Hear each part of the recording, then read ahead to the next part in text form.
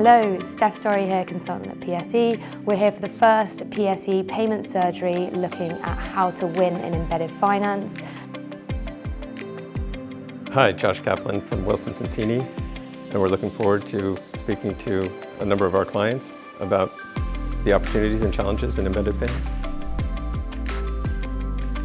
Looking for a really engaging debate today with a whole range of stakeholders, specifically looking at how it is that new entrants into the payments landscape can take advantage of embedded finance.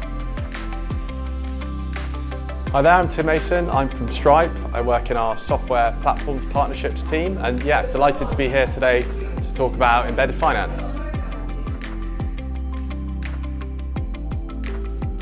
Hello, my name is Daniel Yuvian, the founder of Payable. I'm very excited to be here to talk about embedded payments with PSE Consulting.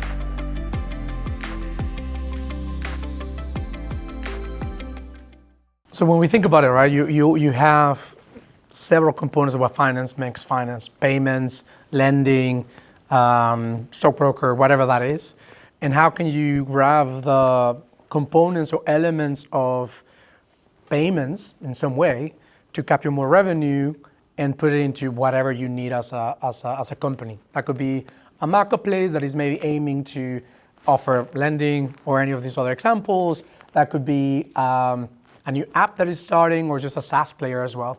And for me, that's where it's very exciting, which is you thought about an idea, you maybe really made sure that you cover the core aspect of it, and then suddenly you can add more payment features so you can increase revenue for other businesses, for other things. You see a lot of platforms that maybe come to us and think, we can embed payments, we're well positioned, it's going to be a silver bullet to more revenue. But actually, it's a lot of work to get it right and then to operate it well. So you've really got to understand, okay, how am I going to go to market with this? I'm going to be ultimately competing with direct acquirers that are selling, that know their stuff well. So as a software platform, you've got to have the right people who are able to, articulate why integrated payments is good for their business and better than the existing choices. And they also have to understand, there's credit risk and fraud risk if you're going to go into that as well, so that it's not without its risk, to your point.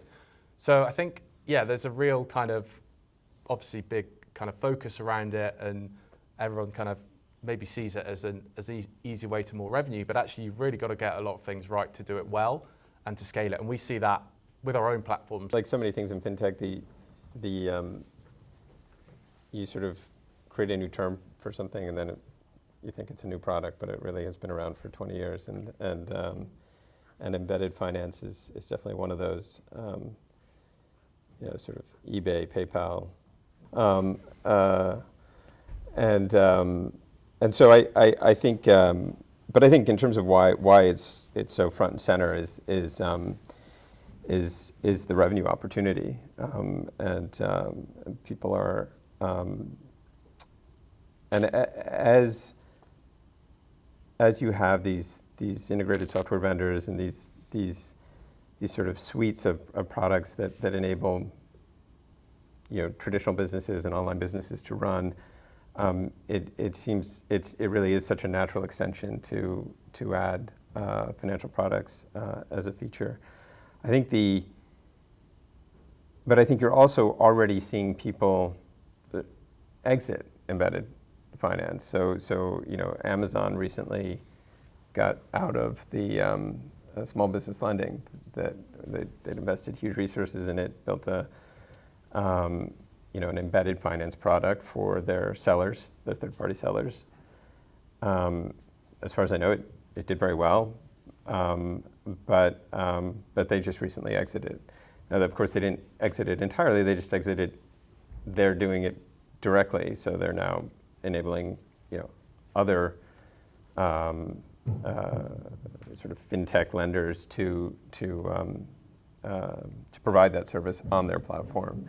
And I think that maybe reflects the fact that that I'm not speaking specifically to Amazon, but the fact that people are starting to sort of restructure the way they offer embedded finance is a reflection of the fact that there are significant regulatory challenges, commercial challenges, et cetera, operational challenges, And so sometimes that's best left to an expert, which then gets embedded into your platform, much the way Stripe Connect does on so many marketplace platforms. All of us now, if you go to like a checkout that doesn't have Apple Pay and things like that, you kind of question, how is this still around?